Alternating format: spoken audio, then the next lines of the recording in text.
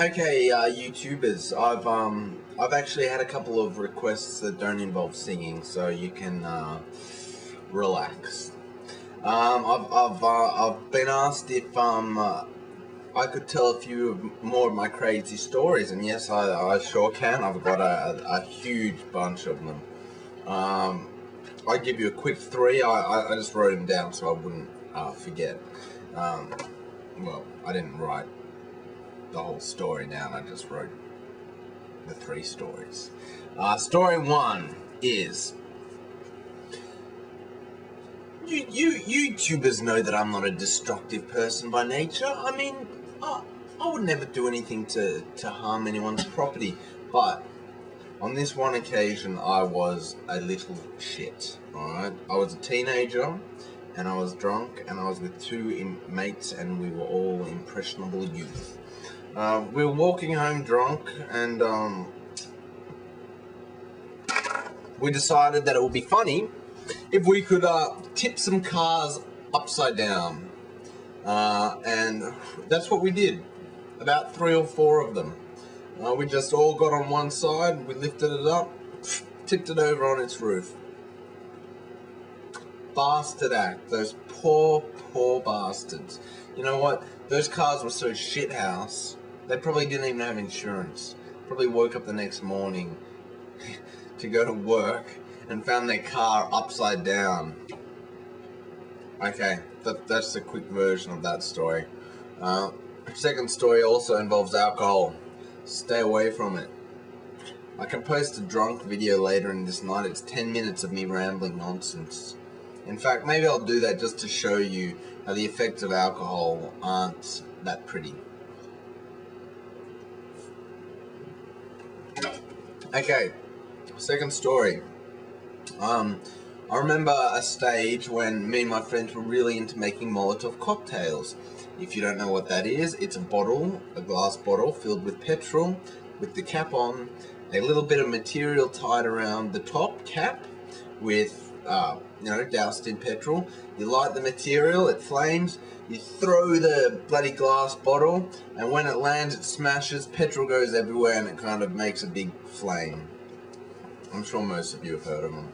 Anyway, there was one stage in my life where I was really into it, and every time I'd have a drink, we'd start making Molotov cocktails.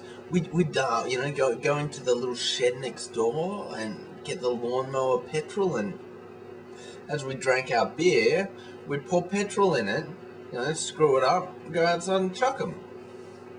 Now, one of these nights, we decided to go up to the pub after a few drinks, but we also decided to take a few Molotov cocktails for the trip. When you're with your mates and you try and outdo each other, and you're like, yeah, I'm ballsier than you are, and I'll do this and I'll do that. And anyway, there was 2 of us, and there was 2 Molotov cocktails. So one of us, my friend Sam, that's too obvious. Mr. Peters. Sorry, Simpsons reference. Lisa S.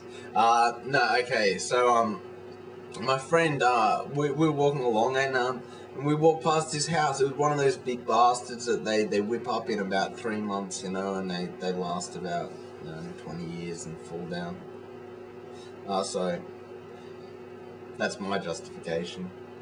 It was only going to last 20 years anyway. We didn't burn it down or anything, don't worry about that.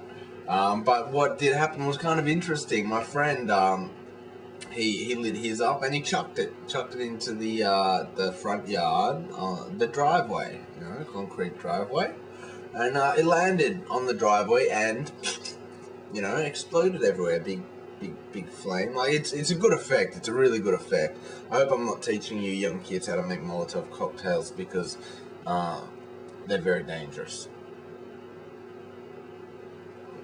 Anyway, so then I thought, okay, I'm going to outdo my friend, and I'm going to throw my Molotov cocktail at the house. Now, this wasn't an, preconceived idea I had. I mean, I didn't do it on I didn't think about it, you know. I just lit it and wanted to outdo him. And there was I threw it at their front door. And but you see, the problem was there was like a kind of indentation, a big kind of square area, where, you know, it's not just a flat wall with a door. Okay, there's the wall, and then there's a big square indentation, and the front door is at the back of that, you know, indentation. Can't think of better words because I just woke up. Anyway, so I threw it into this little kind of, you know, 2-3 square meter section right at the front door, and the whole fucking thing just erupted in flames. Like, the whole front door just lit up, everything. I'm glad the glass smashed, because fuck, you know, they've got my fingerprints on file, and I was kind of scared about that. So we had to do the runner, you know, and we ran up to the pub, smelling like petrol.